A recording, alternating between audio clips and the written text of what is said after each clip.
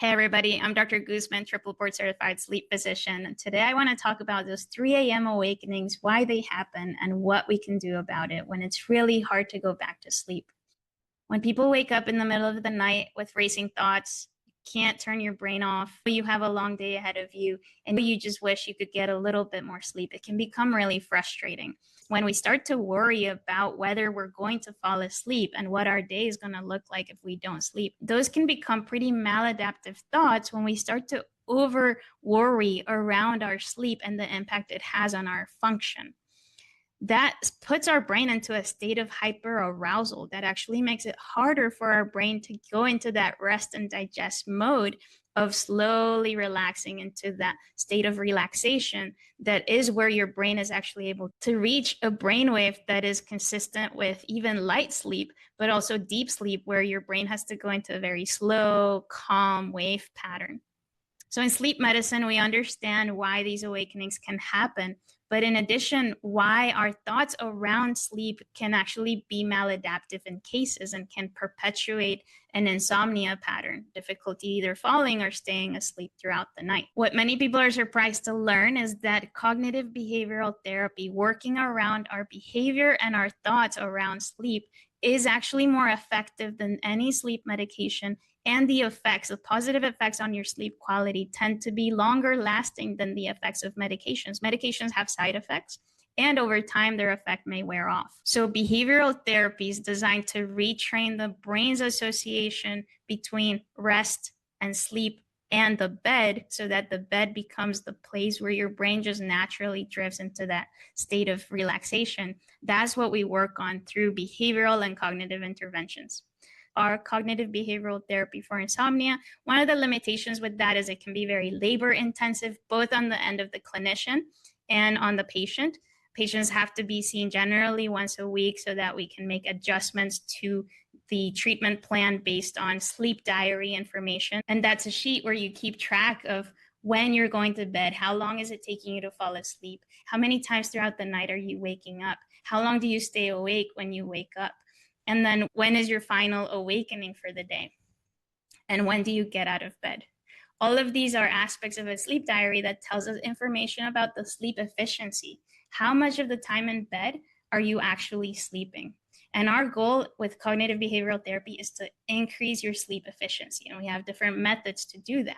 But one of the limitations is that it could take 5-6 sessions before we start to see a big improvement in sleep efficiency. And so this is the kind of treatment where at the beginning we have to push through some discomfort and work with what comes up and make small adjustments. And things may get worse before they get better. But that intensive treatment actually leads to prolonged improvement over the long term. And so it is an investment of both time, effort on both the patients and clinicians. Something else that has been explored is another tool called brief behavioral therapy for insomnia. So that focuses a lot more on an intervention around the behaviors around sleep, rather than so much on the cognitive aspect, which is our thoughts and beliefs around sleep and how that impacts our overall state of functioning. So the first thing that's important to cover when we talk about these 3 a.m. awakenings is sleep physiology. What actually controls our sleep? There's two things that control when we sleep. One is the sleep drive, our tendency to get sleepy during the day. So the moment we wake up, we start to build a sleep drive, a sleep pressure, and that's in the way of hormones that build up in the brain, for example, adenosine. Caffeine is actually an adenosine blocker. So when we take caffeine, we're suppressing the effects, the sleep-inducing effect of adenosine. The other thing that drives our sleep is our circadian rhythm. The fact that we as humans are meant to be in a wake state during the day and in a sleeping state during the night. So that's our biological clock. When our sleep pressure aligns with the fact that our biological clock is ready for sleep at night, that sleep pressure and our sleepiness signal, melatonin, are the starting forces for sleep onset at a certain time in the evening, and that varies from person to person. When insomnia develops, something else starts to interfere with that curve of sleepiness. Your brain can begin to associate the bed with a wakefulness, an alerting state, a place of anxiety, a place where you've spent a lot of sleepless nights. And that can create a perpetuating pattern where over time, the bed is something we resist. We know we're going to toss and turn all night. We know that we're going to start thinking and worrying and knowing that the next day may be awful. And so it may actually keep us from going to bed. So the goal with cognitive behavioral therapy, or even brief behavioral interventions, is to reassociate the bed with a place where we sleep, where we only go when we're sleepy, and where we leave if we're not in a sleepy state. If we're not falling asleep within 10, 15, 20 minutes, we don't want to be watching the clock, but we definitely want to get out of bed if we know that sleep isn't coming. Understanding why your thoughts start racing when you get into bed is one of the most important concepts in treating insomnia. When someone struggles to sleep, they often start doing things that seem helpful in the moment, but actually reinforce the problem. Because you know that it's going to take you forever to fall asleep, that's counterproductive, because it starts to tell your brain, hey, when we're in bed, it's okay for us to be doing either writing or reading or on our phones. It tells your brain that the bed is a place to be alert. Lying awake, worrying about not sleeping, that's super counterproductive. Checking the clock repeatedly is not going to put your brain into a calm state. So over time, your brain begins to learn that pattern. And instead of associating the bed with sleep, it begins to associate it with worrying, thinking, and being alert. Your brain is really good at learning these kinds of patterns. So when your head hits the pillow, your brain is thinking, this is the place where we think about everything. That's why these racing thoughts can appear only when we get into bed, not when we're watching TV, not when we're talking to friends or we're on the phone or talking to our bed partner. It's when you lie down in the quiet room that your brain has received that signal, hey, now it's our alone time. Now it's our time to start processing the day, thinking about what happened. And suddenly it has space to start thinking. Another question I get often is, why do thoughts feel like they're more intense at night?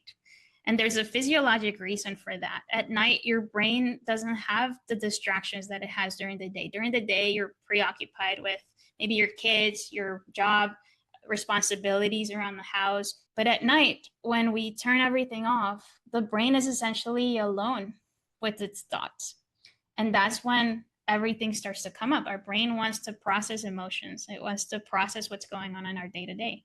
And if we are concerned about sleep in particular, we start to worry, hey, I have to sleep well tonight because I have a meeting tomorrow. If I don't sleep well, this interview is going to go poorly. My presentation is not going to be as good. Your nervous system will notice that fear, and it's going to try to protect you and problem solve in that moment where you have space for thinking. Because your brain's number one job is to keep you alive and keep you safe, if it knows that something is worrying you, that there's a threat to your nervous system, if there's something that's on your mind that's stressful, worrisome, your brain is going to do its due diligence and try to help you solve the problem. And the problem with that is that we can't really solve problems from the bed. All we can do is think about it. And in this state of hypervigilance, is the complete opposite of the state that we need to achieve when we're trying to sleep. So the goal is not to force sleep. The goal is to reduce the conditions that keep the brain alert. So we talked about evidence-based therapies like cognitive behavioral therapy, brief behavioral interventions for insomnia, and these are the gold standard to help reassociate the bed with sleep. So what are some practical tools that you can start using tonight? These are some of the strategies that we use in cognitive behavioral therapy, as well as the brief behavioral interventions.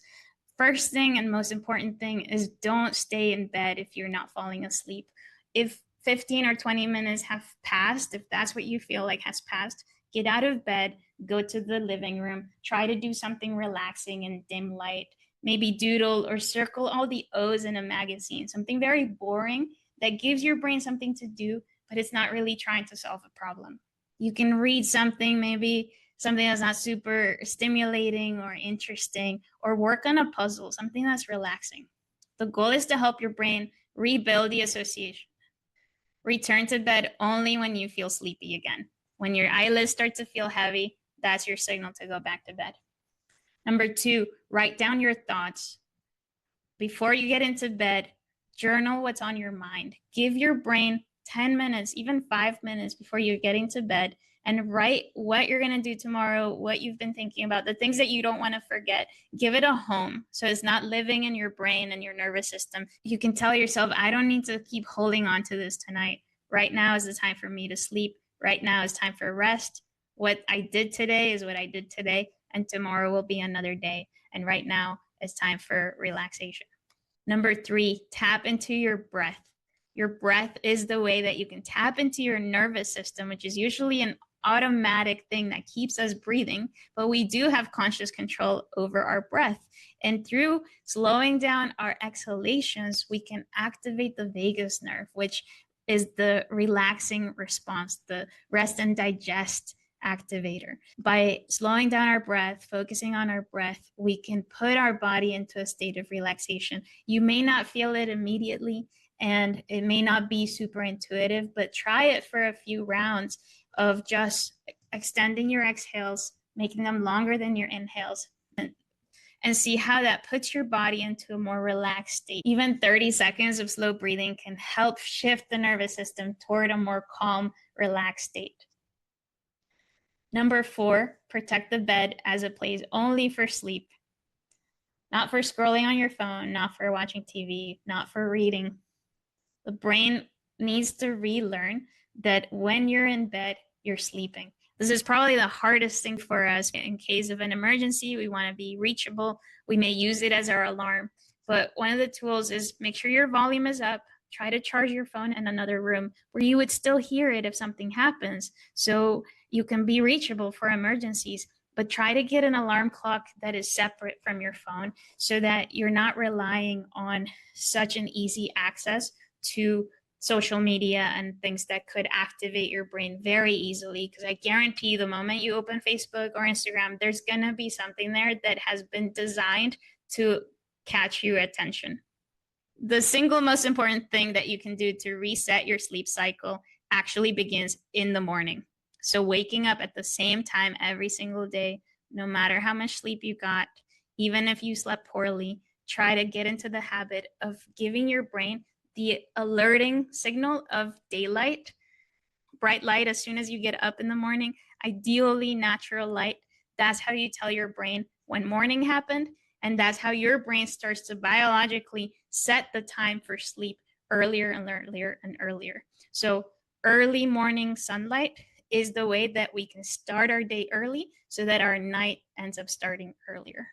So if your brain starts racing at night, it doesn't mean that there's anything wrong with you. It means that your brain is in a pattern. The good news is that these patterns can be retrained. With the right strategies, your brain can relearn that nighttime is a place for rest instead of overthinking and ruminating around our day and our worries and our concerns. And that's exactly what therapies like cognitive behavioral therapy and brief behavioral interventions are designed to do. If you'd like to go deeper into these tools, I regularly offer a mind-body medicine workshop for insomnia where I teach you tools to help calm down the nervous system's stress response and put your brain into a state of relaxation to help you work with your physiology to put your body into that state needed for sleep. You can also explore these practices on your own through the Mind Body series that I created, which is a library of short evidence-based tools designed to help regulate the nervous system, quiet the mind, and support better sleep. You'll find links for both of these in the description below, and I look forward to seeing you soon. If you found this helpful, make sure to subscribe and like the video. I share evidence-based strategies to help you improve your sleep, metabolic health, and overall well-being. Thank you, and I'll see you soon.